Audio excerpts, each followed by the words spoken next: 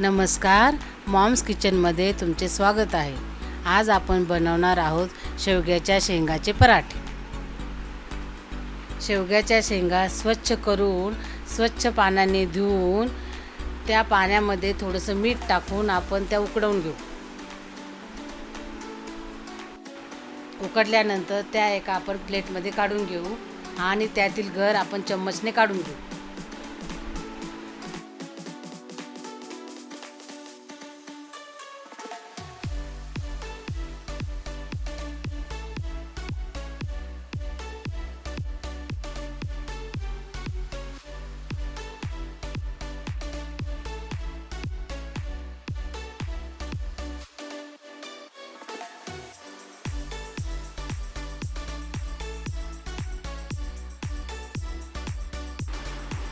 गर काढल्यानंतर तो आपण मिक्सरमध्ये थोडासा फिरवून घेऊ।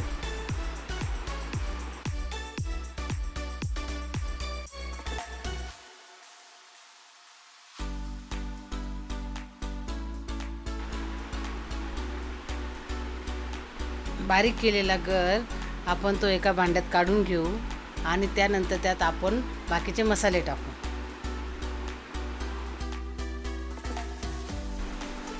त्यात मावेल त्यानुसार आपण पीठ टाकून घेऊ, कारण आपल्याला ते पीठ पाणी घेऊन मळायचं नाही। गव्हाचं पीठ टाकल्यानंतर 2 चम्मच मिरचीचा ठेचा, 1 चम्मच अद्रक लसूण पेस्ट,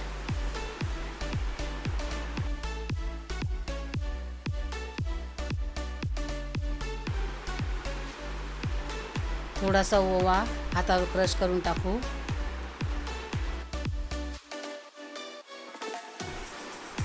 थोडीशी हळद, थोडीशी बारीक कापलेली कोथिंबीर,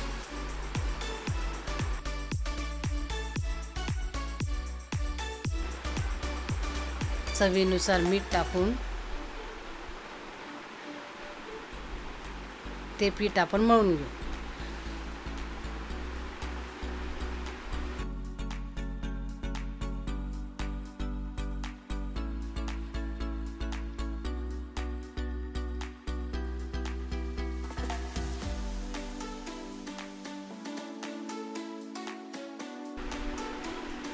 पीठ सर्व मिक्स केल्यानंतर त्यात 2 चम्मच तेल टाकून शेंगा शिजवलेलं पाणी टाकून आपण पीठ मळून घेऊ।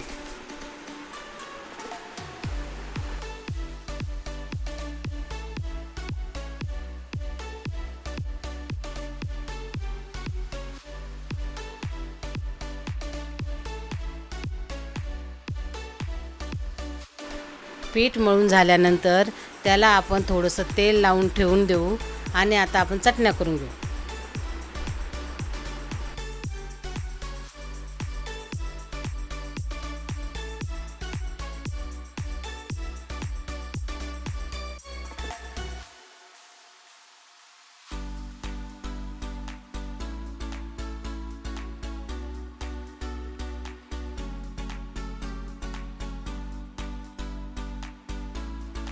आता आपण बनवणार आहोत टोमॅटोची चटणी। टोमॅटोच्या चटणीसाठी गॅसवर आपण पाणी तापत ठेवू। त्यात कापलेला 1 कांदा, कापलेले 2 टोमॅटो, थोड्याशा लसूण पाकळ्या, 4-5 लाल मिरच्या आपण त्या शिजवून घेऊ।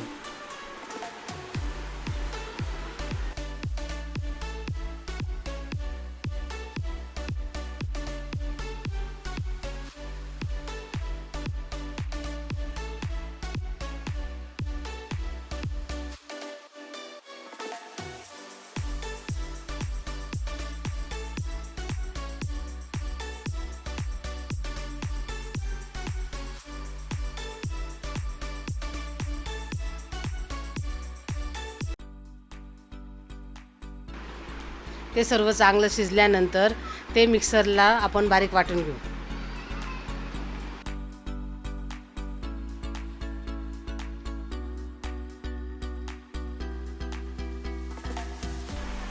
बारीक वाटून झाल्यानंतर त्याला आपण फोडणी देऊ।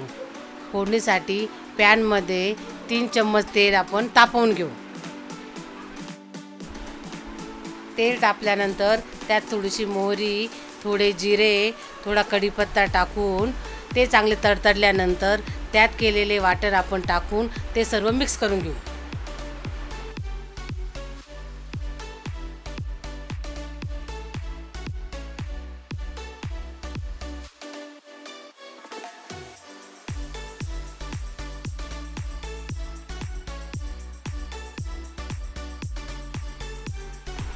ते चांगले मिक्स झाल्यानंतर त्यात 1 चम्मच टोमॅटो सॉस, चवीनुसार मीठ टाकून ते आपण मिक्स करून घेऊ.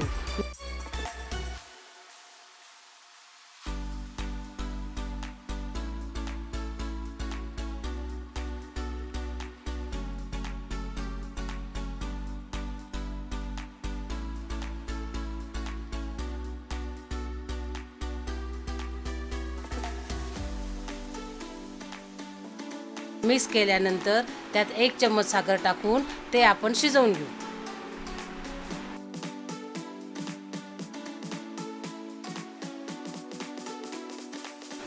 थोडंसं घट्टसर झाल्यानंतर आपली टोमॅटोची चटणी तयार.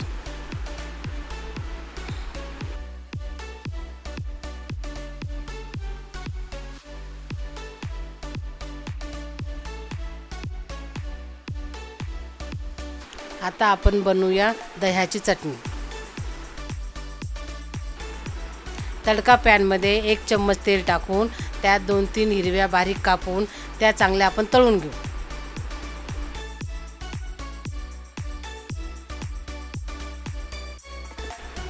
मिरच्या चांगल्या तळल्यानंतर त्यात थोडेसे जिरे, थोडीशी कोथिंबीर टाकून ते एका वाटीच्या दह्यामध्ये आपण ते टाकून देऊ.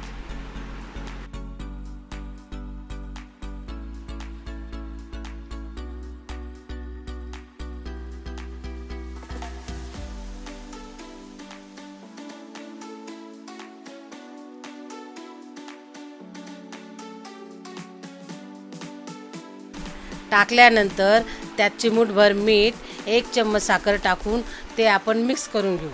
मिक्स झाल्यानंतर आपली दह्याची चटणी तयार.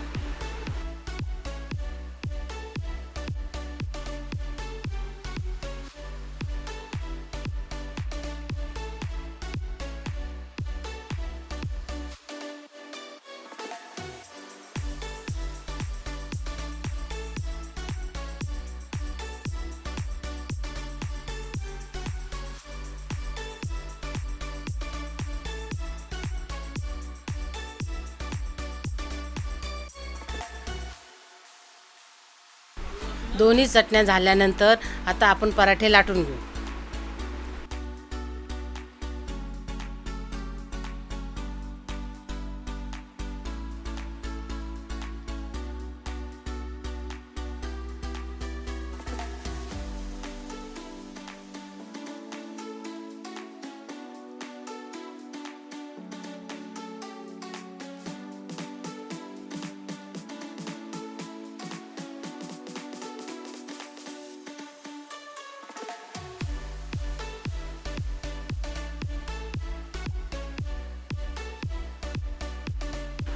पराठा लाटून झाल्यानंतर त्याला तेल किंवा तूप लावून आपण चांगले भाजून घेऊ.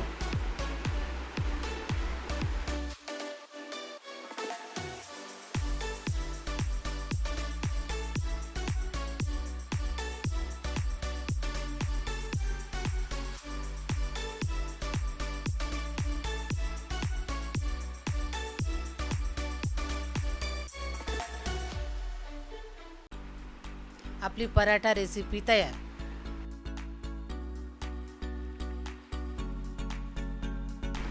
माझी रेसिपी आवडल्यास लाईक, शेअर, कमेंट्स, सबस्क्राईब करा.